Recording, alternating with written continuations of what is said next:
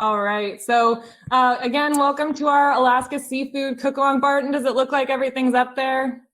The bottom part of it's cut off a little bit there. So if you double click on this presentation screen, it might pull it up for you, but it's just a really quick one. Yep. So we'll make it fast. So yeah, today, what our themes here is the Alaska Seafood Hacks. So we just completed an Alaska Seafood Hacks campaign, with the idea of sharing with everyone how easy and versatile Alaska seafood can be. So I was just going to do a quick introduction to our wild Alaska seafood species. So of course we've got our famed salmon, Alaska wild salmon, our king, coho, sockeye, keta, and pink. And the pink is what we'll be working with today. That everyone would have gotten in their Sample Fest packs, our wild Alaska skinless, boneless, pink canned and pouch salmon. Then of course we have our shellfish. So you can see our beautiful, vibrant king crab, snow crab, golden king crab, Dungeness, weather vane, scallops, spot shrimp, and oysters. And last but certainly not least, our beautiful collection of Alaska wild whitefish. So we've got pollock, halibut, Pacific cod, sablefish, sole and flounder, rockfish, and POP, Pacific Ocean perch, and then surimi seafood, of course.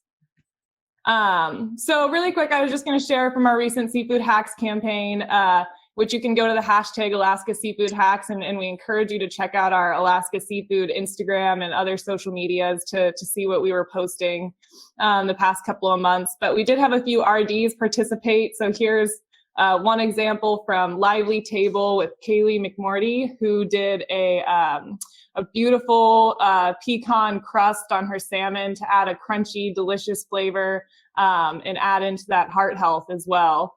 And then we had Carlene Thomas, who did this beautiful blackened pan-fried Alaska salmon cakes with greens, which is a great example. Again, this was using canned salmon. So it just shows the diversity and opportunity to really elevate even with simple canned salmon.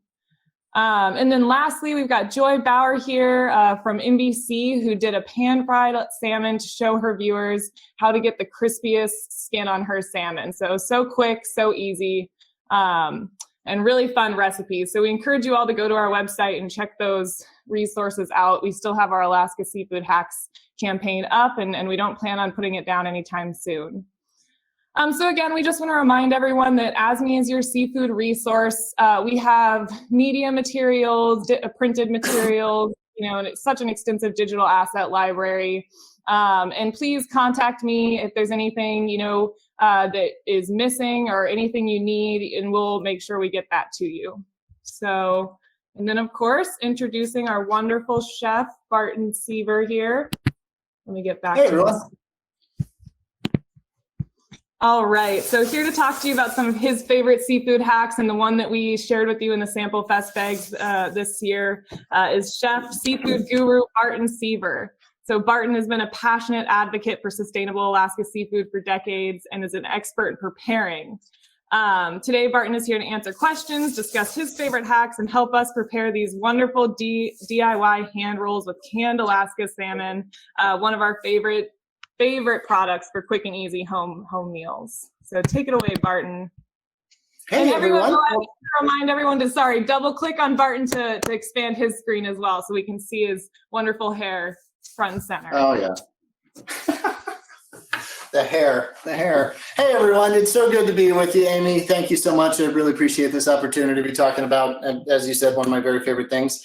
So I am a chef, I'm an author, I'm a father, I'm a husband. I live on the ragged, jagged, delicious coast of Maine, here in a little acre-plus farm right on the water where we grow garlic and all sorts of other things, and got about 1/3 of an acre under cultivation, got 28 orchard trees, and yeah, life is delicious up here in Maine. I hope life is delicious wherever it is you are joining us from today.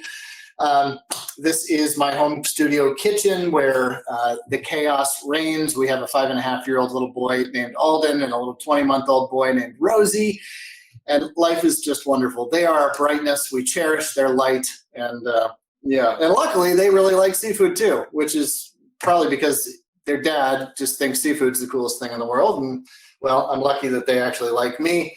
So here we are. So the recipes that we're going to be doing today are really kind of fun. They're some hand rolls, and just off the top, I am no expert in sushi. I am no expert in hand rolls. I am no expert in Asian cuisine. And we thought to do this because I've actually started doing this with my boys. It's a really fun thing to do. And they really like the idea that daddy doesn't know everything, which is something an idea that I've instilled in them, that I am not omniscient. And so the idea of doing something together, learning something new together was fun. And as we're doing this cook along today, I thought that would be kind of fun to share too. So, I'm an expert on seafood for sure, but hand rolls, hey, we're just going to roll our way through these, and it's going to be fun.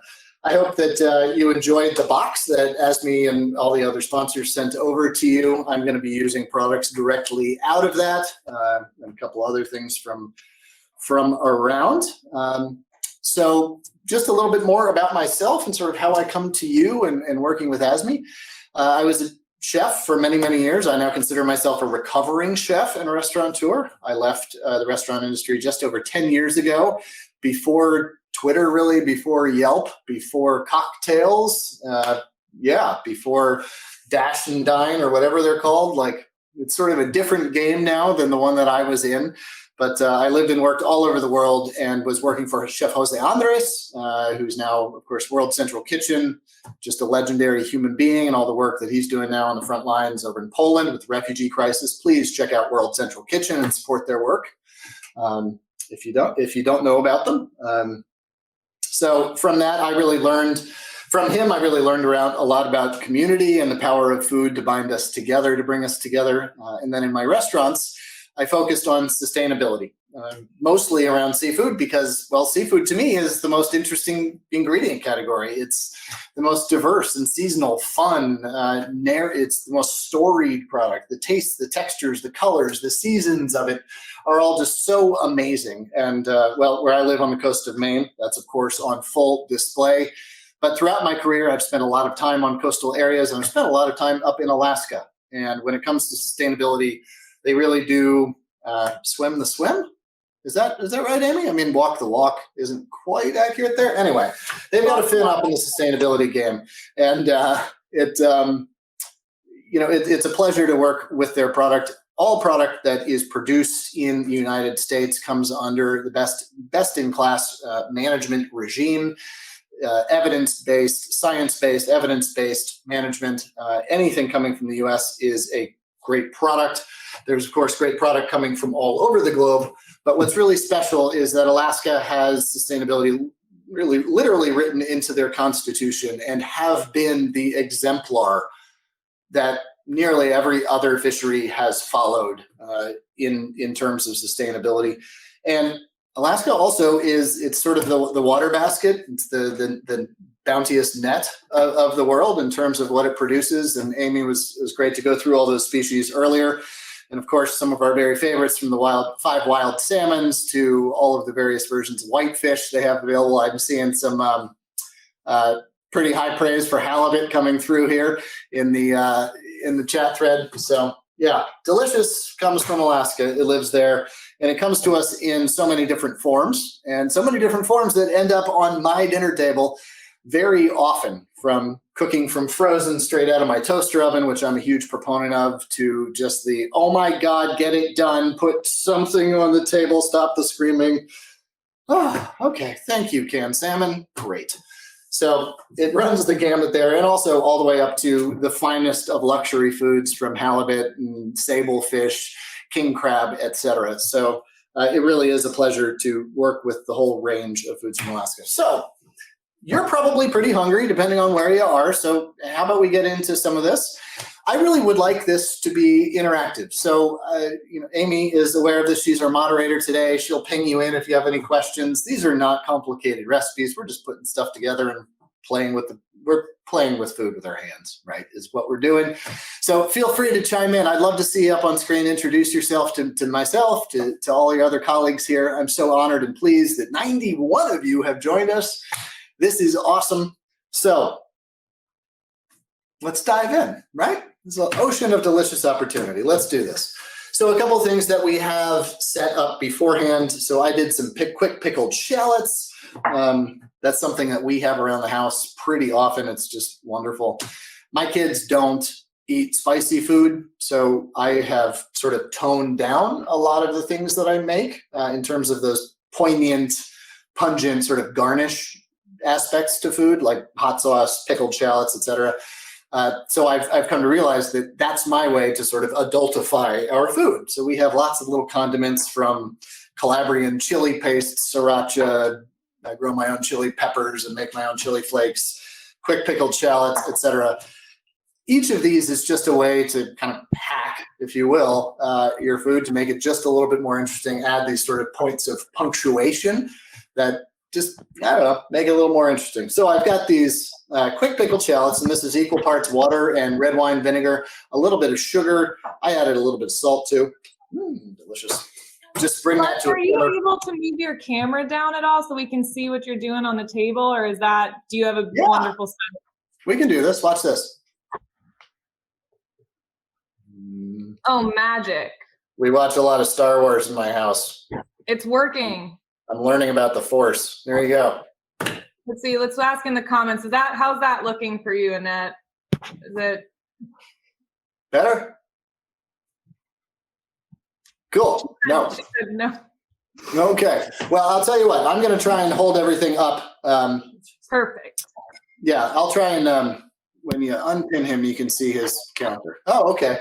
Yeah, so I guess if I'm big, the bottom gets cut off. So I'll try, for all of you who have me pinned, I'll try and hold everything up a little bit so you can see it a little bit better. But so what I was saying, the quick pickled shallots, poured it all over myself. Thank you, Katie, I appreciate it. The force in my life is my business partner, Katie, who is there to adjust the camera for us. Thank you. So quick pickled shallots, as I was saying, that's just equal parts red wine vinegar and water. Any kind of vinegar really will work, other than sherry, which is a little too acidic. Anyway, bring it to a boil and just let it cool. I make these really by the pint or so. I'll cut up a bag of shallots and just make them. They last a week or so in the fridge, and they go on anything. Scrambled eggs are a lot better because of these, etc. And they just, yeah, anyway, Caesar salad with them. It's anything. It's a great garnish for pink salmon cakes too. I also have some sushi rice that I've made here. I'm just cooling it down so it's pliable, room temperature. You don't want it to really cook the seaweed, the nori there. And that's what else I've got. And I'm going to do, the first recipe that we're going to do is the one with the cream cheese, avocado, some everything, bagel spice, some pink salmon. So I've got the nori sheets. Let's start with that. And let's see. I'll stand up. I'll move this over here. And by the way, I love you so much. I wore this shirt specifically today because I think all of you are very cool. What you try and do is to, well, help people thrive, right? Good for you. Thank you. You make our world better. I really appreciate that. And I am pretty clumsy today. I just spilled my pickled shallots. It's a good thing I'm wearing khakis today. It's the first time I've worn khaki pants in 7 years. And yeah, there you go. So you can see all the stains and wet spots. So be it. This is real life. That's what it is. So with the nori, you've got a shiny side and you've got a less shiny side. It's still pretty shiny. You want to start with the shiny side down. That's just to help with the way that moisture penetrates into the nori. For the rolls, we slice it in half lengthwise or crosswise. It doesn't really so much matter because it's virtually square here. So you end up, well, that sheet is ripped. You end up with pieces like this. So the recipe card that you're given there. So we've got, I've got a pouch of pink salmon. So canned salmon, just sort of categorically, is usually pink or red salmon, sockeye salmon. Pink salmon, what we're focusing on today. It's the smallest of the 5 wild Alaskan species of salmon. It is the leanest in terms of fat. However, a lean salmon is still a rich fish in terms of omega-3 fatty acids and the entire nutrient profile that it delivers to you. So this is just one of the many, many brands that are available. And a little hack or a tip that I learned about pouched salmon, so pouched and canned, I'm just going to use those terms interchangeably. for my purposes, they are pretty much. Amy, you've chimed back in. Do you have a correction for me? Yeah, we have a question, Barton. If you didn't have sushi rice, what would be your next rice of choice for this recipe? So yesterday we were practicing this, which I hope comes across in my deftness with it today. But I was just doing brown rice that I cook a little bit over, not to congee level, but I think I did 1 cup of brown rice to 2.5 cups of water. So it's a little bit more mushed, I guess, at the end of it. I just cooked it in a rice cooker, a simple, $15 Instapot rice cooker that I got off, the internet somewhere. So brown rice, of course, great nutritive benefits there. Sushi rice, just a little bit more traditional, but hey, this is not traditional, right? Because I am no sushi expert. I'm just doing something that I think is a little bit fun. So a little hack that I learned a while back is with pouch salmon in particular, that the salmon will reabsorb some of that water and some of the oils that leach out of it during the cooking process. So gently massaging it before you open the package helps quite a bit to reintegrate that moisture. Obviously with truly canned salmon, it's a little harder to do. I tend to like oil pack because the oil is useful. I save it off for a vinaigrette, etc. I mean, that oil is flavorful and tasty and wonderful. There's a lot of use for it. But water pack, when I have that as well. Like if I'm boiling pasta, please don't throw away your salmon water, right? If you're making like a canned red salmon Alfredo or something, or just sort of a black pepper butter and canned salmon over some linguine, take that water, put it in your pasta water. You're going to get some of that nutrients, but of course you're going to get a little bit better flavor out of it too. So I sort of gently massage the pouch to reintegrate that liquid. And this is not a complicated recipe here. And one of the things I like about these hand rolls is that they both celebrate the seafood by putting it sort of front and center, but they also not hide it a little bit, but it's integrated as part of the dish, right? So canned pink salmon is really quite attractive. Even after I've massaged it a little bit, you can see that there's not much moisture in the bottom of the bowl. There wasn't really any in the pouch. So you're getting what you paid for and all the nutrients that come along with it. So cream cheese, you can use whipped cream cheese or, I gotta go get a spoon. I'll be right back. Whipped cream cheese, but there's no reason necessarily to buy that specifically if you're not gonna use it elsewise.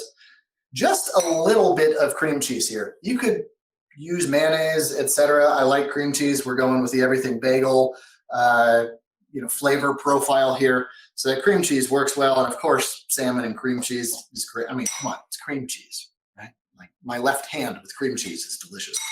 So just mix this up. The everything bagel spice you can throw in here just to sort of integrate it into the roll a little bit more to get a little bit more flavor out of it. And of course, use a little bit sprinkled on top. Now I'm using just a very gentle mixing motion here. I don't want to crush the salmon at all, but I just want to integrate it a little bit. And that cream cheese is just going to add that richness. It's going to sort of carry the flavor a little bit. Now I know the recipe card that you have calls for 6 ounces. I'm just making a little half batch here. It's just a little easier to maneuver. And then there we go. I've got some of that pickled shallot as well, and then cucumber. This, I gotta say, is the most aromatic cucumber I have ever encountered. I like to leave the skin on the cucumber. Now the skin can be distractingly chewy. It can be distractingly crunchy. So the way to get around that is to slice it pretty darn thin so that you don't have big pieces of skin to get through. And by doing this, just cutting it into little batons, as thin or as thick as you want. I like a little sort of matchstick style. And the flavor of the cucumber skin is really quite elegant, and it's bold. And you know what? It pairs pretty well with the full flavor of the salmon. One of the things I love, I think is so funny when people are like, oh, I don't eat seafood because it's just too strong a flavor, but I love salmon. It's like, well, salmon is one of the most charismatically, ebulliently flavored seafoods there is. So to me, salmon is such a great Trojan fish, if you will. to get people to really understand that seafood should be a regular part of their diets. And it's so easy to cook across the board. Okay, so I've got my cucumber slices, I've got my salmon done, got my rice. I'm just gonna take, the recipe I think calls for a quarter cup here. I'm just gonna take a patty sized piece of it, about a quarter cup. You wanna lay it down. I think you can see me now, sort of at a bit of an angle over on the far left-hand side, if you are rolling right-handed, as I am. Take some of the salmon, put that on top, and I like to spread that out evenly so that you don't end up with a piece of the cone down at the bottom that has no salmon in it. You know how you get a burrito if they've ever folded it the wrong way? And so you end up with a burrito that eats like all rice and then all beans and then all chicken or whatever you have. And it's like, integrate it all the way through. I'm gonna put some of those cucumber slices in, a few of those pickled shallots down at the bottom, and then a little bit more of the everything bagel spice. And here's the key. You take the bottom left-hand corner and you meet the middle top. So I'm going to try and do this upside down for you. So less shiny side. So you take this bottom corner and you meet up to the top. So you end up with kind of like half paper airplane type thing. And that's how you start the roll. Okay. So you meet at the top there and then roll straight down towards the end. And you'll end up with a nice, mostly, if you do it right, compact cone shape. Take a little bit of water, take a little bit of extra rice, whatever it is, to moisten that last little piece of nori in order to sort of lock it in. And there you go. You've got this nice little hand roll. And sometimes they're tight, sometimes they're not. As I said, I'm not an expert at hand rolls. I am an expert at seafood. So I'll take a little bit more of the everything bagel spice. I'll take a little bit more of the pickled shallot. And you end up with this nice, really integrated little cone. And it's cute, right? And here's the thing, my 5-year-old and my 20-month-old, they go gaga for this. They love it. Why? Because it's something they can participate in. It's something they can do, and it's something they know, well, they how to eat, right? And they just go run around the house and beat things up and break things. And there you go. So there's your everything bagel spice, pickled shallot, and cucumber roll. All right, I see Trisha coming back in. Hey, Trisha, how are you? Hey. I'm good. So I couldn't find the nori sheets. I went to 3 stores. So I bought the seaweed snacks, you know, just the little things. I'm like, how am I going to do this? But it's actually really cute. It's like a little sandwich. There you go. So that's an alternative way, you know, that people can play around and maybe make a quick snack for the kids or themselves. There you go. Nice. Yeah, when the kids come home from school, just having everything ready to go. Yeah. It's just a little bit different than putting it on a cracker, and you get the nutrition of the nori. So I'm seeing that I'm a little behind, so I can't show mine on the screen. But my daughter didn't want to go to school today because she found out I was making these, and she was like, "No, I need to stay home and make rolls with you." She loves it so much; it's her favorite. Right. I love that. Right. All right, so I'm seeing that folks can't see what I'm doing here. I'm gonna. Is this section of the cutting board still not in? So I can see you. Okay. I don't have you on full screen. I have you. I unpinned you so that I can see everything you're doing. All right. You know, I'm gonna try and pin myself. Oh, look at that. So I pinned myself, so I can now see what you're seeing. Okay, excellent. And look at this. I can pull my cutting board back a little bit. That's probably asking for danger, but maybe that'll work a little bit better. So, okay, so I'm going to go through that again, just because why not, right? We're practicing our hand rolls. And here's the thing about a hand roll. If it doesn't look good, it's still delicious and it's still pretty cute. And you can just do as Trisha did and just make little canapes out of it. So, so again, just take a section of rice, about a quarter cup or so, put that top left in the left-hand corner over here. About a quarter of that salmon mixture. A couple of pieces of the cucumber, and you can put this under the salmon, you can put it over it. A little bit of that shallot in there. The shallot really brings this to life Especially because I don't have my rice wine vinegar to season my sushi rice with. Why? Because my 20-month-old boy, Rosie, just thinks that it is the most fun toy in the whole house. And so he loves to run around with it, and we can't find it anywhere. Anyway, such is life. So the bottom left-hand corner of this, of the nori, up to the top middle in the center, and then we roll straight down to create the roll and follow the contour of that. A little bit of water right on the end of that nori, and that's just to make it a little gummy and tacky so that it will stick. And there is, well, there's your hand roll. You can also use, as I said, a little bit of rice in that last little corner, a little bit more of that everything bagel spice on top. There you go. All right, has anybody tried this yet? Anybody have one of these that you've eaten? Who's got it? Trisha? Trisha says it's delicious. Anybody else?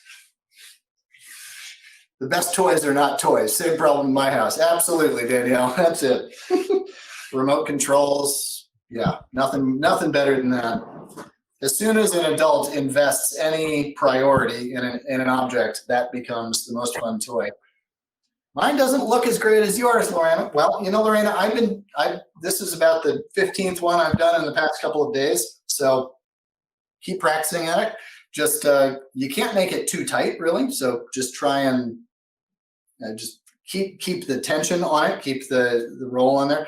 It's really that first fold over from the bottom left-hand corner to that top middle that really makes the roll. And once you get that settled, then just rolling it as tight as you can keeps it there. So you end up with some nice little rolls, and they sit nicely on a plate. You put a salad under that or something on the side, you know, of course, your wasabi or your seaweed salad, whatever you'd like. So, Martin, how long do you have the rolls before they'll get soggy? That's a question we've got right now.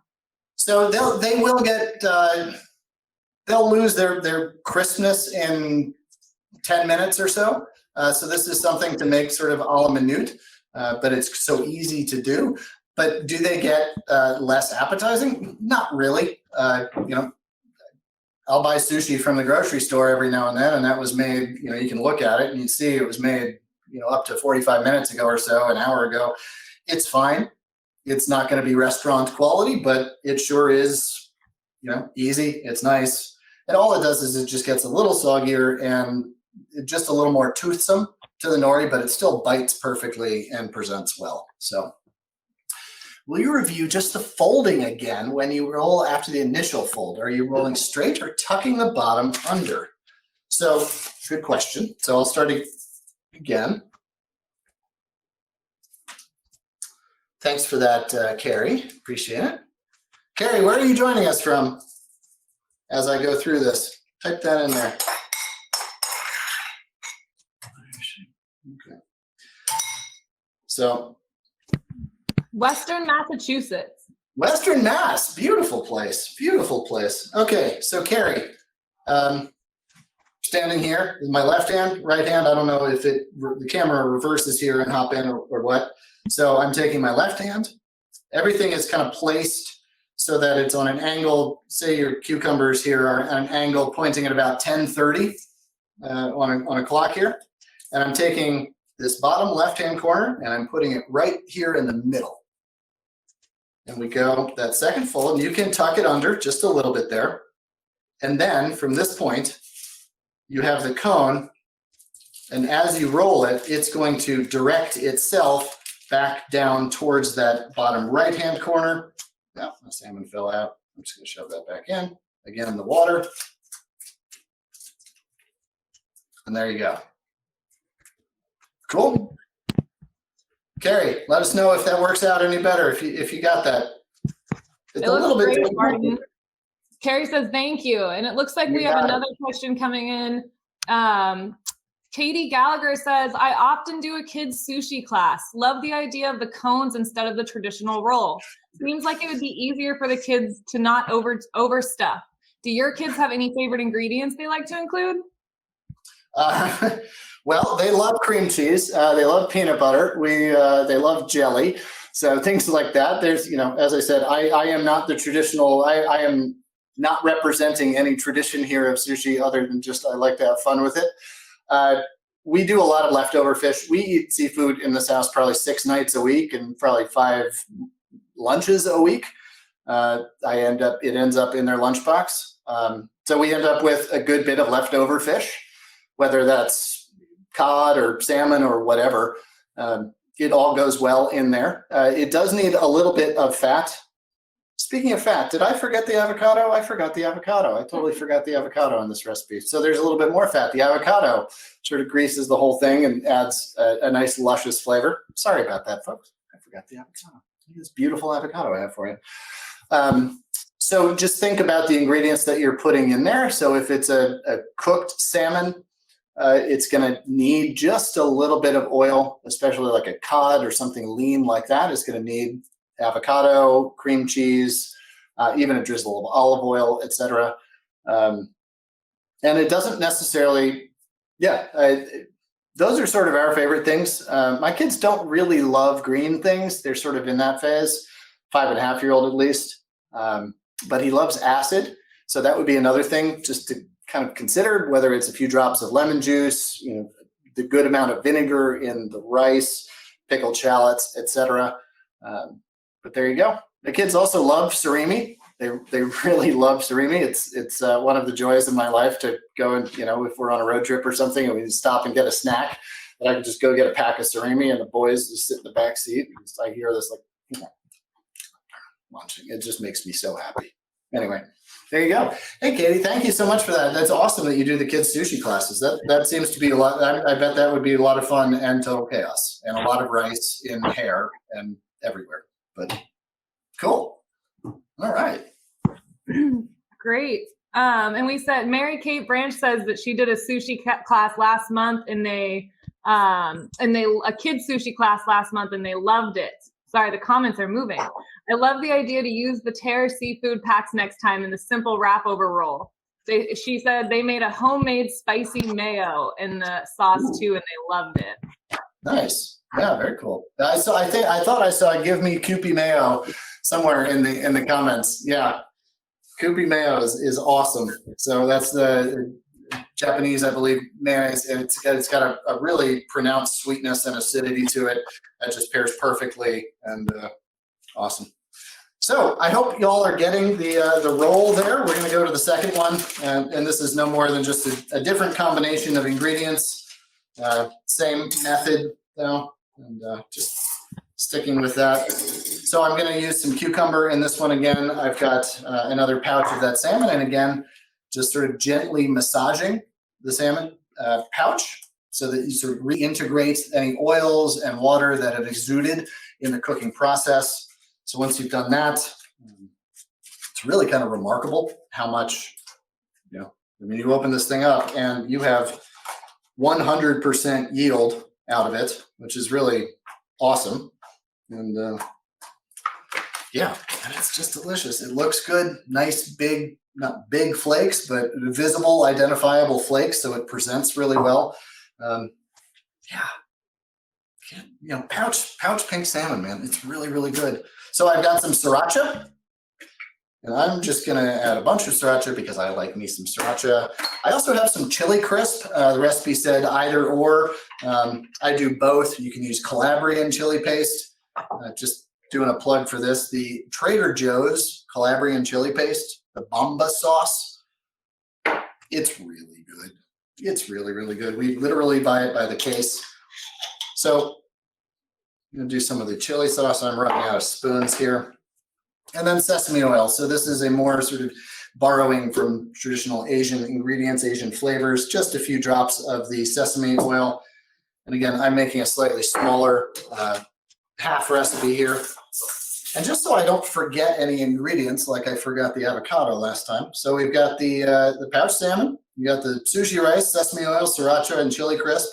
Got the nori, quick pickled shallots, got the cucumber sliced in that julienne way, cilantro, and some scallions. Yeah, okay, I've got all that. I'm not gonna do you wrong this time.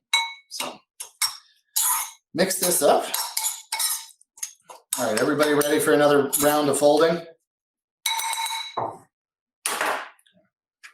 So So again, I'm just getting all sorts of messy.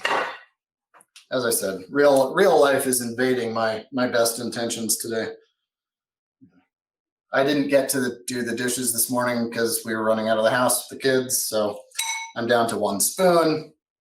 Anyway, it's nice to be with you here in reality, isn't it? Because, well, that's where we all actually exist. And Annette asked anyone if they're ready to share their roles. So I do want to remind or let you all know we'd love to have you on screen. So if anyone wants to pop on and chat with us and show us what you're cooking in your kitchen, we'd love to pull you up on screen. So just let us know. Yeah, hey, I don't want to just look at myself this whole time. So show me what you got. Show me what you're working with. Let's go. All right, so scallions. Let's talk about a little cut on the scallions. So my grocery store only had these big fat ones. Typically, I look for the really, really skinny ones. I just like those. I think they integrate cut a little bit better. But if you do have a really big one, what I will do is take it and cut it into, I'll cut it into quarters while leaving it intact at the top so that you end up sort of separating it out like this. And then I will slice it on an extreme bias, about 75 degrees or so. And this way you end up with not a lot of texture from the scallion. If you're using a really skinny one, there's no reason to do this. But I like the scallion to be pretty much confetti, shaved down so that you really get a lot of that flavor. I think that the bite of a scallion can be a little distracting at times if they're too big. So I like to just kind of use them as confetti there. You see what I've done? Okay, we're going to do another roll. Here we go, folks. Bottom left-hand corner. And this one is pretty full up to that top middle. I'm going to tuck that under just a little bit and then roll on down. A little bit of water. There you go. Sriracha, sesame oil, a little bit of chili crisp. You got cilantro in there, that sushi rice, cucumber, pickled shallots. So there you go. There's a lot going on in this one, but all those flavors are going to meld together beautifully. That spice is going to come out, meet that sort of sweet, starchy rice to it, the nice aromatic component of the nori all together with the fresh herbs. I mean, that's a really quick, easy meal. And it's a nice way to take 3 minutes of effort and dress it up in a fun, easy to eat, kind of novel way for a lot of us. You know, we don't often eat hand rolls, etc. Maybe more so than we just take a pouch of salmon and dump it on top of our salad, etc. Fun, easy, novel. Kids love it. So there you go. All right. All right. Anybody ready to shoulder rolls? Yay, cilantro, says Julie Gallagher. I'm with you on that one. Cilantro goes in just about everything I cook. That and mint. Mint is my other ingredient that I just love. Because if any of you who ever grown mint or live on a farm, whatever, you know that the only way to control mint in nature is to eat it in your kitchen all the time, whether that's in your iced teas or whatever, pureed into your smoothies. But mint to me is an ingredient a lot like lemon juice or salt, that it makes things just taste better for what they are. So cilantro kind of does that too. It adds very much its own cilantro flavor, as does mint. But yeah, anyway, mint would be really nice in here. I was going to ask, Barton, do you have a favorite mint incorporated Alaska seafood recipe? Yeah, actually. And it's one of the sort of my go-to hacks as well, which is, Oh, and we have someone joining us on screen, Barton. Lorena Kaplan. What's that? We have Lorena Kaplan joining us. Hey, Lorena, how are you? Good. So I tried it again, and it looks a little better now. One's Awesome. really stuffed, and one's not as stuffed. So what I figured out, I was overstuffing it. Okay, very As cool. you can see there. Nice. There Yeah, it goes. definite improvement. I'll bet they'll taste equally good. Right. Very cool. Thank you for that instruction there. That helped a lot. Yeah, Absolutely. Lorena, where are you joining us from? I'm in San Antonio, Texas. Oh, wonderful. Oh, very cool. Very cool. I've got some good friends down there. It's a nice part of the world. Wonderful. So, Thank you. Thank y'all. Thanks, Lorena. Thank you. All right, so back to the mint-inclusive Alaska seafood recipe. So I was just introducing you to my trusty toaster oven over here. We cook dinner out of the toaster oven probably 4 to 5 nights a week, even though I've got a really nice, awesome oven that works well. I've got the sous vide Nova oven back here, and guess what? It's the $120 toaster oven that gets that's the workhorse of the kitchen. So I'll take a frozen piece of salmon. I have these wonderful Staub pans. I was very lucky in one of my cookbooks. I got to use some of this. But this really wonderful cook-in pan, and I'll get this rip-roaring hot on the stovetop. I'll add a good amount of olive oil, a couple of cloves of garlic, and let that simmer down until the garlic just begins to color. And I'll add a pint or pint and a half or so, 3 cups of cherry tomatoes. And I'll let those simmer in the olive oil. You got to be a little careful adding those in. They will pop a little bit. I do this on the back burner because I have kids and I'm just uber mindful of where they are at all times. I'll sort of simmer the tomatoes in that olive oil just until the point where they begin to exude some of their liquid. As soon as that first piece of skin pops and the juice begins to come out, I'll put a piece of Alaska salmon on top, frozen or fresh, it doesn't really matter. And I will take the whole pan and throw it right into the toaster oven. That's why I love this pan, is that it fits in there and it's equally good on the stovetop. And when it comes out, the skin, if you're using it, is crispy. I've got the broiler on to low in here, and it'll cook for about 10 to 15 minutes, depending. It comes out, the skin is crispy. Those tomatoes have boiled down and reduced with the salmon juices that come out, and they sort of emulsified with that garlic flavored olive oil. So it's this beautiful pan sauce and perfectly roasted fish that's sort of protected by the skin on top and steams and those aromatic tomato garlicky yummy olive oil juices from the bottom. Pull that out and just some chopped herbs, like a whole lot of chopped herbs, a handful of cilantro and mint leaves, put that over top. And there Barton, you go.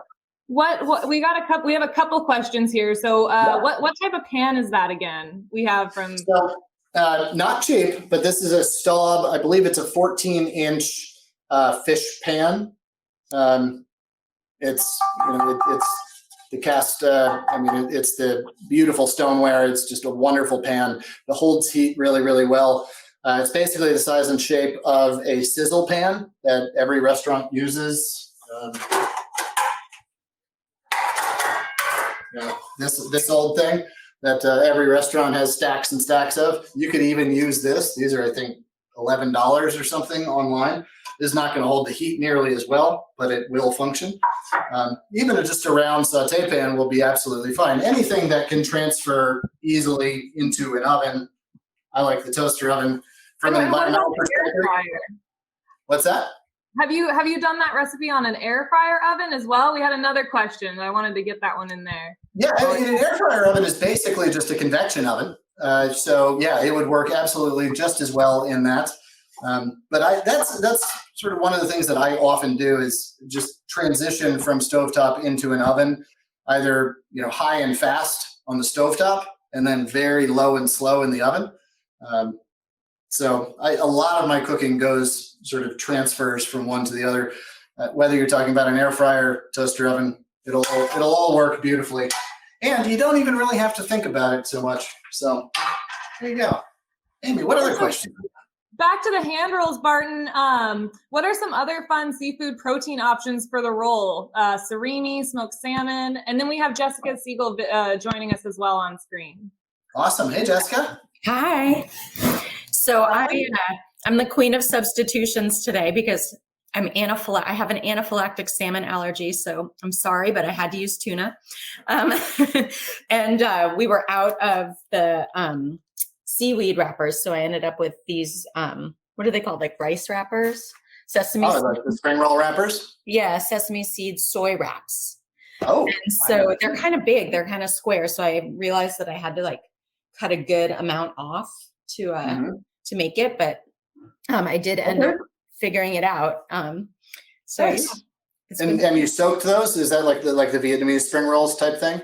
No, it's just This is what it says. If you can Oh, see. okay. I've never seen those before. I'm going to check those out. Yeah, they're pretty Origami. good. But they got soggy pretty fast from the rice, so I had to work quickly. But it worked. Very cool. Thank you. Very cool. Well, thanks, Jessica. I appreciate you joining us. Bye. How do I get out? Thank you. All right. Other questions? Yeah, so we had that question about other proteins, but we also, related to those pans you were showing, we have a question about ceramic or cast iron. Would it work on induction? Cast iron does. Ceramic does not. So, yeah. Okay. And again, yeah, so let's see. What's the best way to limit the protein coagulation when cooking salmon? That's a good question. Yeah, that's a great question. So the protein coagulation, this is the white accumulation that happens on sort of in those veins of fat, the myoclomata that are between the cell structure of the fish. So what happened, that is water-soluble proteins that are exuded from the cells during the cooking process as the proteins coagulate and the cells shrink and pushes them out. One great way to prevent that is really low and slow. The slower and lower you cook something, the less stress you put on the cells. So I tend to roast my salmon at about 275 degrees, again, in my trusty toaster oven. Just if I'm doing especially like just a slow roasted piece of fish, maybe with some romesco sauce or something like that. I'm gonna sit back down. With some romesco sauce, something on the side. If I'm doing something like that tomato dish that I described, well, all of that protein is gonna integrate into the sauce and it's gonna disappear. And it's really only a visual issue more than anything else. But to prevent that coagulation, I will roast low and slow, 275 degrees. The disadvantage of that is that it takes a long time. The advantage of that is that it takes a long time. I mean, it takes 20, 25, 30 minutes, maybe even. So what do? Well, I cook my brown rice and I have a glass of wine with my wife and I actually sit back and enjoy like the cooking process and I don't freak out about overcooking the fish. Low and slow is in almost all cases, a great way to go, especially with lean white fish, et cetera. You don't get any textural contrast, so you're certainly not going to get any sear on top, but that's more than fine. Just you get a wonderful, succulent, moist piece of fish with all that flavor juice inside. So, cool. Great, Barton. Well, again, I don't know if we answered that question from, it was a Megan Ryder question. Familiar She's got name. great questions. And yeah, about the other fun seafood, Wild Alaska seafood protein options. Oh, yeah. So smoked salmon, certainly, whether cold smoked or hot smoked. So fully cooked or raw and just cured. Goes super well. That first recipe that I did with the everything bagels, like, duh, there you go. Bagels and lox kind of thing. It's a perfect substitution in there, especially cold smoked. It's going to add that silky, luscious, rich texture to it.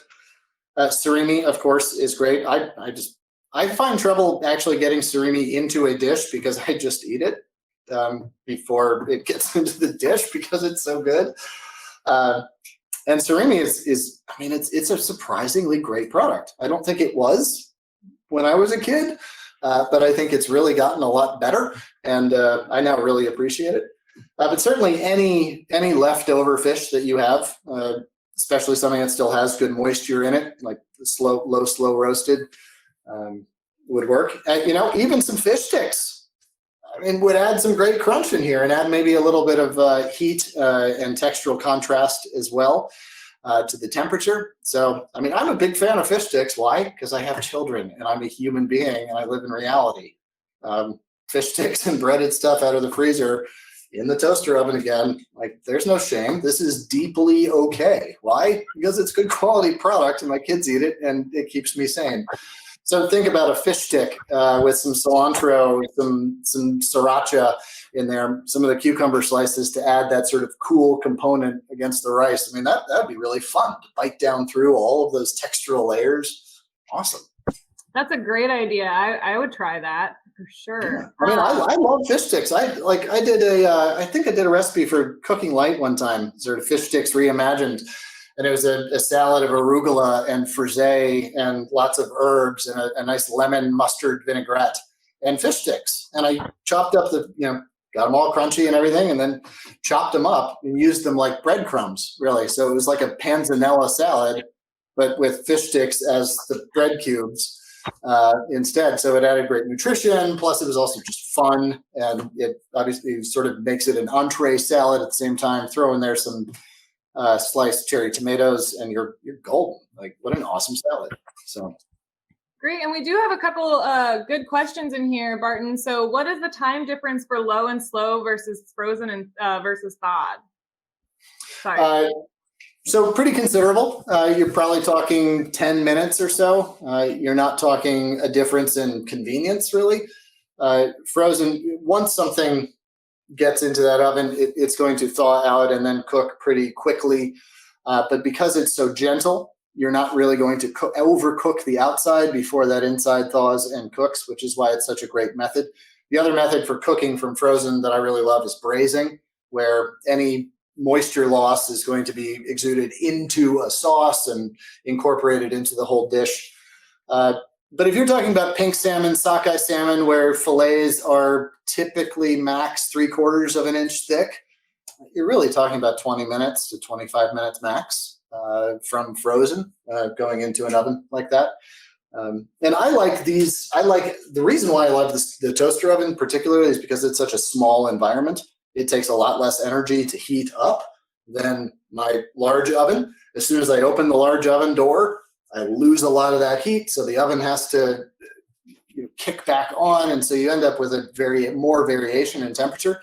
I find that toaster ovens are as consistent as they get in terms of just quality and consistency of cooking. So yeah, there you go. Great, Barton, that was awesome. So a question for me is, I think you kind of addressed this earlier, but it's always so important, is can you touch on why sustainability is important to you as a chef? Yeah, because chefs are made out of humans, and I'm a human being with kids on this planet, and I would like them to live on a planet as I did. That's full of bounty and wonder and deliciousness and opportunity. So when we talk about sustainability, my track out of restaurants, so I was in restaurants for many, many years, and then stepped away to become an explorer for National Geographic, which is as sexy of a job as you can imagine it being.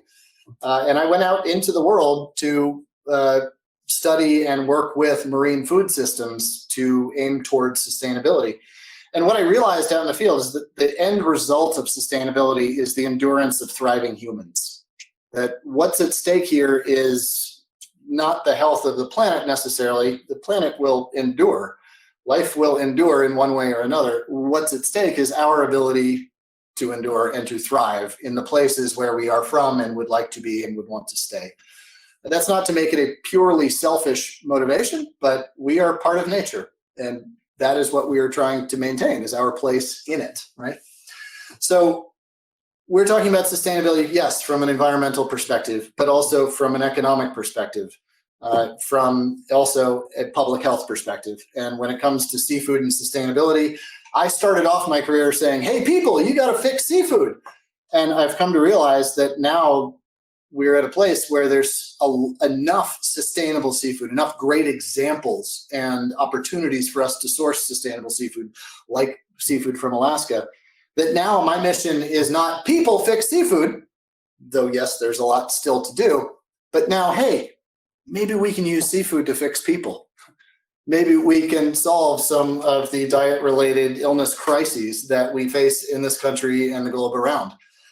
Maybe we can improve our moods and our brain health and our eye health and help manage diabetes and help mothers and nursing children in their brain and cognitive development, all through seafood, this wonderful, incredible resource that creates jobs in coastal areas like where I am in Maine and the beautiful coastlines of Alaska.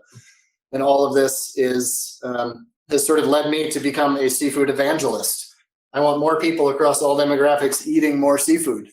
Because if we are to reduce our consumption of land animal proteins, increase our consumption of seafood to what our own government recommends, about 24 pounds per person per year, 2 servings per week, we would see positive environmental, we would see positive public health, and we would see positive economic outcomes.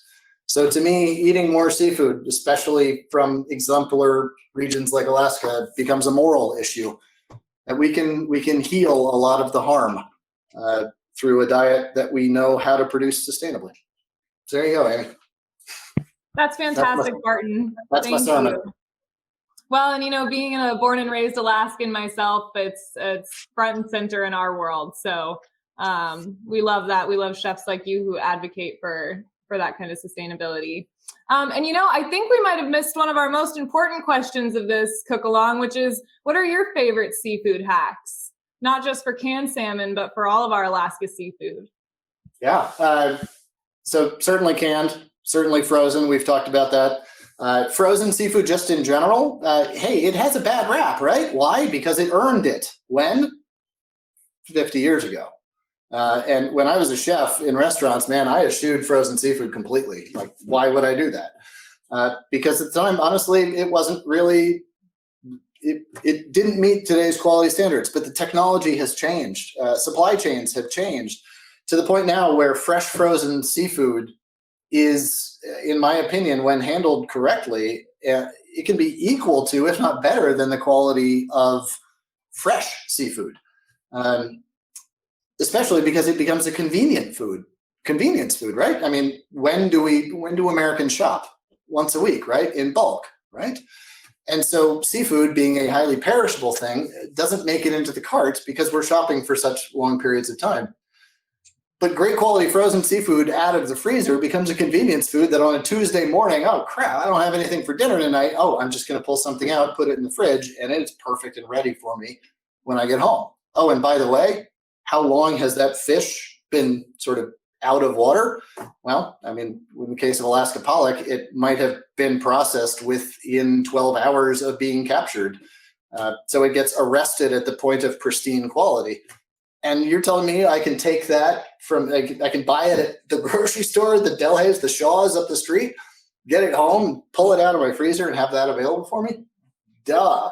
Wow. And it's inexpensive, less expensive due to less perishability. You've got a lower carbon footprint because it ships slower. You don't have to put frozen food on an airplane, folks. And it helps fishing communities because it helps extend the bounty of a season. If all your salmon swim towards you over the course of 2 months, and you've got to sell it fresh, great, okay. But if you have 12 months to sell it, everyone wins for that. So the biggest seafood hack I have is go to the freezer aisle. There you go. It answers so many of the questions and issues that people have with seafood. The other thing I have, the hack with seafood that I would say is treat it special, not this special occasion. Just get excited about it. People say like, oh, my kids won't eat seafood. Yeah, that's because you've never sold it right to them. My kids think seafood is the coolest thing in the world. Why? Because dad thinks it's the coolest thing in the world. And I just love it.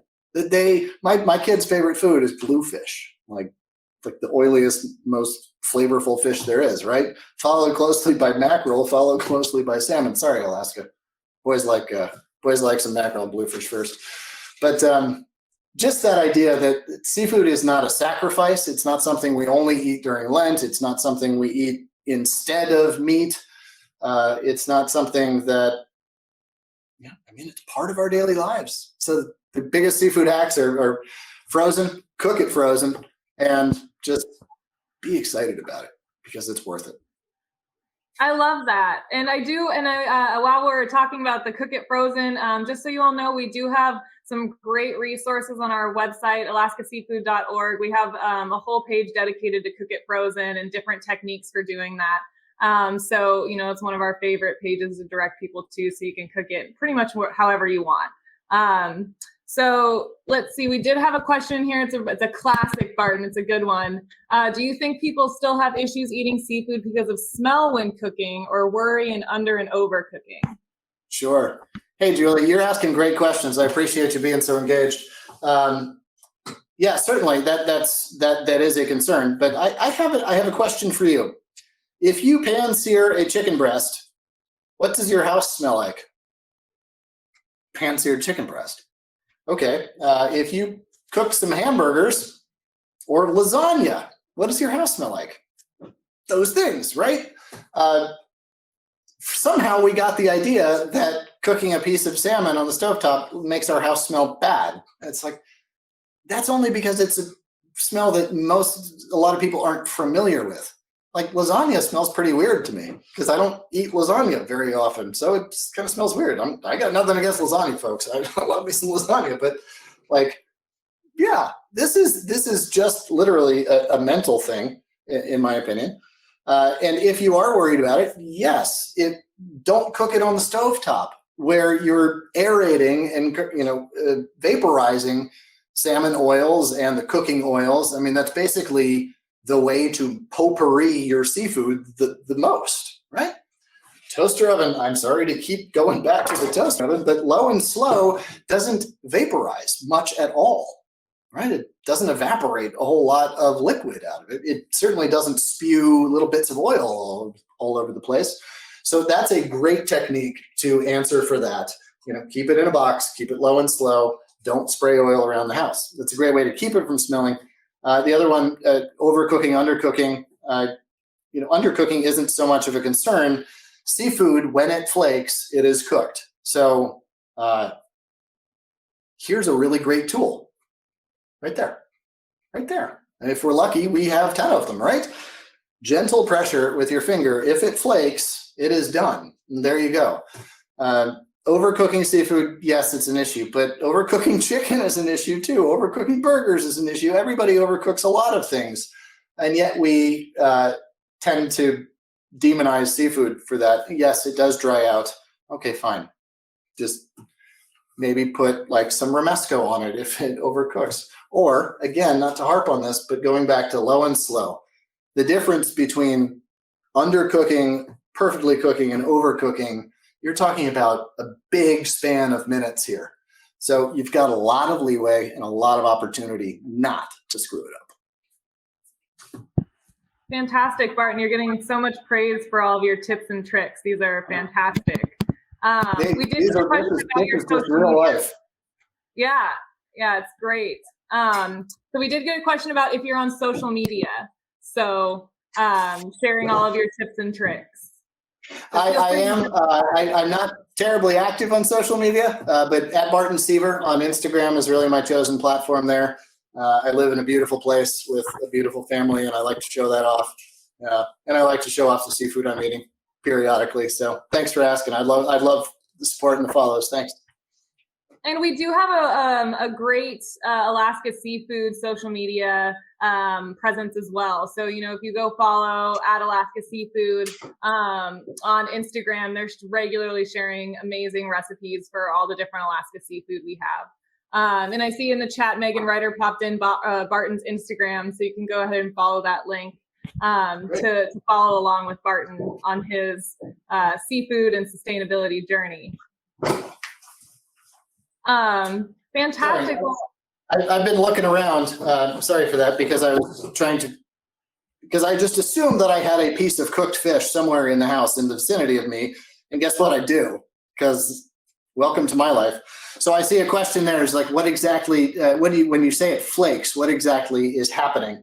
So piece of salmon here. And when it flakes, what that is, when the cells of seafood cook, the myocomata, the myotomes, to get really kind of geeky about it, they separate and they break down. And so they're no longer held together.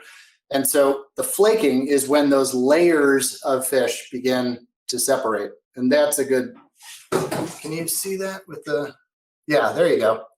So you begin to see that those discernible layers within the fish begin to become apparent. And when that fish is just cooked, even just gentle pressure on it will show that flake. And it's a pure visual sign that it's cooked. Unlike a burger where you the whole like, oh, it's rare, medium, well done, whatever, like those are incredibly subjective. If a fish flakes, that is empirical proof that it is cooked. Fantastic. That is a great explanation, Barton. Well, I think we're nearing the end here, but the one last question I had for you, maybe it'll be quick, is we've talked a lot about kids, but what about if you're trying to woo your wife, Barton? What's your favorite delicious and romantic seafood meal for Carrie Ann? Oh, I'd like to think that I wooed her a long time ago, and that was that. But we all know that relationships need constant upkeep and maintenance, and we're always reinventing ourselves. But Alaskan sablefish, broiled with a little bit of whiskey, brown sugar, and some sriracha on top, never fails to stop her in her tracks. Well, that sounds fantastic. I can understand that. And again, of course, just a pile of king crab legs too. You know, anything that you can share. I really like food that you have to like. You can't really be greedy with king crab or mussels or scallop, you know, things like that, because you actually have to break open each bite. So it forces you to slow down, actually, to be with the person you're eating with, and you're also engaged in a shared activity that's like physical. It's awesome. So. Great. Well, this has been fantastic, Barton. I think we're getting near time to close up. But, you know, I do want to remind everyone to please go and check out our website. We have extensive resources, or, you know, reach out to me at adukes@alaskaseafood.org if you have anything specific you're looking for. We're happy to help. And Barton, please follow Barton and on Instagram. And thank you so much for joining us today. This was fantastic, and you always have the best answers. So we're really thanks, glad. y'all. You're really wonderfully engaged. I really appreciate all the back and forth. And as I said, what you do every day is to improve the lives of people in such great and important ways. So thank you for the work that you do.